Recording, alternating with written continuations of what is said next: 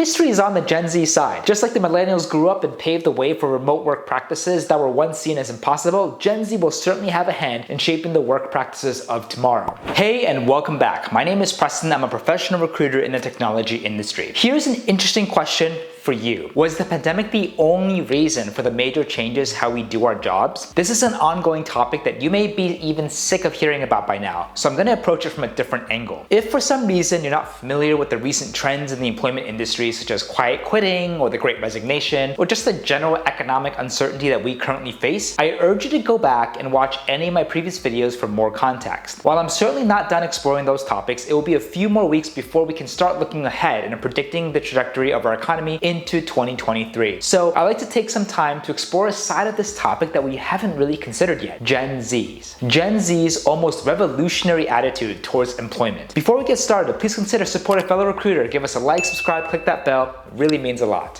I've already talked about how the pandemic provided the push we needed to implement major changes in the workplace. Of course, many of these changes were necessary in order for companies to maintain their operations during quarantine lockdowns. I think people were surprised at just how smooth that transition was, not to say that there weren't any hiccups or growing pains. But what once seemed like a far-off impossible feat, a fully remote workforce, suddenly seemed within reach within a matter of weeks. But everyone knows work-from-home policies and remote teleconferencing existed long before the pandemic forced their widespread adoption. That's part of the reasons it was quick and easy for a lot of companies to implement those strategies on a larger scale. We can credit millennial employees for normalizing these practices when they first started entering the workforce. They brought with them radical new ideas, including remote work, teleconferencing, and a greater emphasis on employee autonomy and well-being. Millennials paved the way. But before we talk about the current ways Gen Z is upending traditional workplace practices, we need to go back and acknowledge the work the previous generation did in modernizing the workplace. After all, it was the millennial employees that knew the power of technology and the freedom and flexibility it could provide. But they were met with skepticism from the older generations. An article from the New York Times humorously recalls a 60-minute piece titled "The Millennials Are Coming" that warned employers, quote, "These young people tell you what time their yoga class is," end quote. This is a great example of the pushback younger employees get from older generations. At the time, the thought of an employee reminding an employer about an event in their personal lives seemed radical, even inappropriate. While employers still may not be eager to plan a work schedule around your yoga class, the fact is that millennials introduced a normalized new level of flexibility in the workplace, particularly in the form of remote work policies, the popularity of which grew as they established and became managers themselves. And that leads us to our current situation. We find ourselves in a similar situation, except it's Gen Z's demanding changes from the millennial bosses. Gen Z arrives to the workforce. Millennials came into the workforce right around the time of 2008 financial crisis. The radical ideas that they brought to the table, such as remote work, allowed them to really hustle, put more hours in, and earn more money to make up for the economic slump. Perhaps this is why, despite having many of the same general ideas about work flexibility, Gen Z is experiencing pushback from millennials and older generations over their new radical ideas. But unlike millennials, who put an emphasis on maximizing work time and income, Gen Z is demanding a greater emphasis on work-life balance. Their feelings were only exacerbated by the pandemic, which proved that remote work was sustainable at larger scales and that schedules have room for more flexibility. Gen Z's attitude towards employment. So the rapid widespread adoption of the internet and social media platforms has made it easier than ever for employees, especially those in Gen Z, to voice their feelings on the current state of the labor. Platforms like TikTok and Reddit have significant communities dedicated to the so-called anti-work movement, where they discuss ideas like the aforementioned quiet quitting and other issues related to employment and work-life balance. For some, it may be easy to label these individuals as lazy or say things like nobody wants to work these days. But the truth is that these are reductionist takes that are ignoring the greater issues at hand. The fact of the matter is that Gen Z workers are speaking up about issues that they feel are important, such as mental health, well-being, and a focus on personal interests and hobbies. And it's the current state of employment that has brought us here. Employees are working harder, longer, all while prices inflate and wages stagnate. How is this manifesting in the workplace? So in years past, an employee would traditionally sign on to a role with the intention of committing to that company. They would do their best to perform well, receive promotions, and work their way up the company ladder. But as wages have to slow down or stagnate, promotions become rarer, and cost-cutting layoffs become the norm. Employees have felt less dedicated to the company that they started out at. Gen Z is the first generation that has been emboldened to speak up against this and say enough is enough. Studies have shown that members of Gen Zs are more likely to switch jobs in search of better pay and more flexible hours. Gen Z employees are also more likely to take time off for mental mental and physical health reasons, traditionally seen as minor, while others are questioning the validity of a 5-day, 8-hour work week if their responsibilities can get done in a short amount of time. Notably, Gen Z employees are also demanding stronger stances from their corporate and managerial side on social topics that they feel are important, which has been quite an adjustment for some companies who traditionally don't take stances on certain issues. Perhaps the most significant development is the rise of interest in founding or joining labor unions. In fact, Business Insider reports that 2,500 union representation petitions have been filed in 2022, over a 50% increase compared to 2021. Additionally, a poll conducted by Gallup found that 77% of the Gen Z population surveyed approved of unions compared to 68% overall. So what does the future hold? While some are skeptical that Gen Z's radically different ideas about employment will be effective, it's important not to brush them off prematurely. Sure, some of these ideas that they are suggesting might seem ridiculous or even unsustainable, and that very well may be the case. But considering the current state of employment, I think that these are important discussions to have. Completely ignoring these prevalent issues will just lead to more and more trouble down the line. Plus, history is on the Gen Z side. Just like the millennials grew up and paved the way for remote work practices that were once seen as impossible, Gen Z will certainly have a hand in shaping the work practices of tomorrow. Listening to them and working with them now will only lead to a better work environment in the future. So do you have any thoughts on Gen Z's attitude towards work and employment? I would love to hear from you. Make sure to leave a comment down below. If you like this video, want to see more like it, feel free to support a fellow recruiter, give us a like, subscribe, click that bell, it really means a lot. Feel free to also follow me at press_park, as I try my best to also post behind the scenes content daily. Thank you so much again, and we'll see you on next one.